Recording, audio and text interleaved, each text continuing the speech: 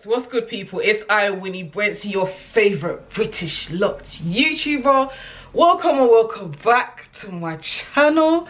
Please make sure that you hit the subscribe button and the bell icon so that you're notified every single time that I upload, which is often, by the way. I've had my locks for over 10 years now, and although my locks may not be the thickest, I can guarantee you, if you've seen my journey from before till now, you will understand why I'm able to give this advice, because my locks are currently looking the most healthiest it has ever looked, because I followed these tips that I'm about to share. So without further ado, let's get straight into the 11 ways that you can achieve healthy, thicker locks.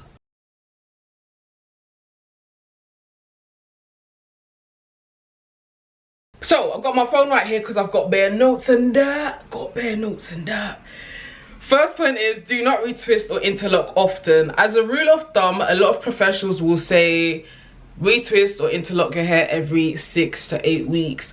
I think that piece of advice sounds good. If you can go longer, why not? But if you're retwisting or interlocking your locks often, and when I say often, I'm talking about back in the day, I was so obsessed with having neat locks that when I learned how to interlock myself, because I went to go and stay in Ghana for a while and I wanted to learn how to do my hair myself, if I saw 1 ounce of hair out of place, I would interlock it, whether it's every week, every 2 weeks.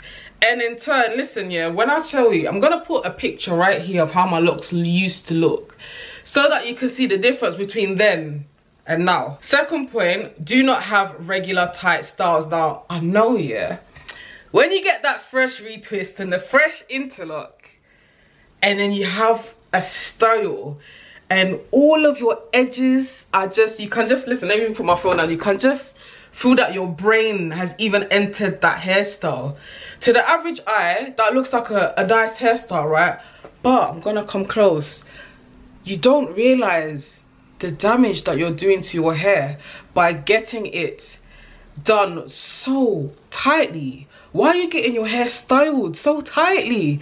It's unhealthy. What basically happens is your roots will then start to thin out, and God forbid, your locks could potentially fall out. And that's actually happened to me before. Point number 3, don't retwist or interlock tightly. I feel like that's self-explanatory. Just like the styling, if you do anything too tightly with your locks, it could potentially start to thin out your locks, thin out your roots, or worst case scenario, your lock could just fall out. Don't use your locks to tie your hair. Even if you are, don't do it on a regular. Now, what I mean by that is, you know that sometimes you might like want to tie your locks back. So you might, you know, have these 2 locks and then tie it, and then so that it's just loosely all in one. If you are regularly using the same locks to do that all the time, guarantee your locks are just gonna start to thin out. Why? Because when you're moving around and now all the weight of those locks then ends up being on the ones that you've used to tie it, and you don't want that. Just get a hairband or a hair tie and tie it up in one. 5th point is look into semi-free forming if your hair type permits. For me, it was very important for me to state if your hair type permits. Reason being why.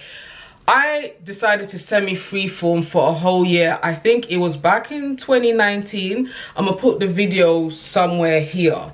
And reason why I've decided to semi-free form for a year was because my locks were starting to look very unhealthily thin, and that year I had so much benefits from doing that. However, it depends on your hair type. I don't feel like everyone's hair type may permit for them to go a whole year without retwisting, because sometimes what happens is if your roots are growing really thick, then what happens is your actual lock may be thinning, if that makes sense. So you've got the thick roots, but then the actual almost like start of the lock that would now be from way back is thinning out. So in regards to the semi-free forming, I really do think that it depends on the hair type. Do your research though, please. My 6th point is research into products that promote thicker hair. For example, black castor oil and aloe gel. There are many products out there that help if you want to like thicken your hair, thicken your edges. Things like black castor oil, for example, is amazing. I have given it a try when I felt like my edges were really thin, and it really helped out. However, I have seborrheic dermatitis, which I've spoken about in many of my videos, which is basically a severe dandruff issue, and using castor oil alone, because castor oil is really thick, really aggravated that scalp issue of mine, so I had to stop. However, aloe gel, I have done a video where I've shown how I do a pre-shampoo treatment with it. That's helped a lot. Also, using it to wash my hair, which I no longer do now, but before I used to use like an aloe gel shampoo, which really helps. That's also a good way to thicken up your hair. There are also other oils and other products out there, but that is down for you to do your research. My 7th point is don't use excessive amounts of products. I can't lie, yeah, I've seen videos of other Locs YouTubers, or I've read blogs of people with locks, and they're using like 10-12 products in their hair, and I'm just like, why do you need so much products when it comes to locks? It's like people forget that with locks, it's not like loose natural hair. Do you know what I mean? With locks, when you're using a lot of products, you will end up getting build-up, and sometimes that build-up is very, very hard to remove. Not only that, but if you're using a lot of products, you're also clogging your scalp as well, and you may even be going as far as to basically preventing your hair from growing because you're using way too much. It's unnecessary. 8th point is look into your diet. Are you consuming enough fruit and vegetables? Are you having way too much processed foods? Now, when I noticed that, for example, I was having scalp issues, which was, I think it was back in 2019, I think I realized at the time my diet was really crap. And obviously, if your diet is crap, it affects a lot of things. For example, your health, the appearance of your skin, your nails, your hair growth, and all of that. So in order for you to want healthier hair, for example, you need to be feeding your body accordingly. You need to be staying hydrated. You need to be having your fruits and vegetables. You need to be having a balanced diet. You can't just be eating processed foods and rubbish snacks all the time. Point number 9, look into relevant vitamins or supplements, e.g. iron tablets. I feel like that's kind of self-explanatory, but generally speaking, I do think that sometimes if you're living in, for example, a country that the climate is very higgy-hagger, like I live here in the UK, and right now I'm looking outside and it's grey and it's cloudy and it's windy, you may be lacking in certain things that may prevent you from being able to have things like, you know, healthy hair growth. Look into it. Number 10, are you staying hydrated? I kind of feel like I've kind of mentioned it in a previous point, but staying hydrated is a very important way for hair growth, for your health, for everything else. Drink your water, full stop. I understand people don't like the taste of water, even though water doesn't really have a taste. If you're one of those people, jazz it up.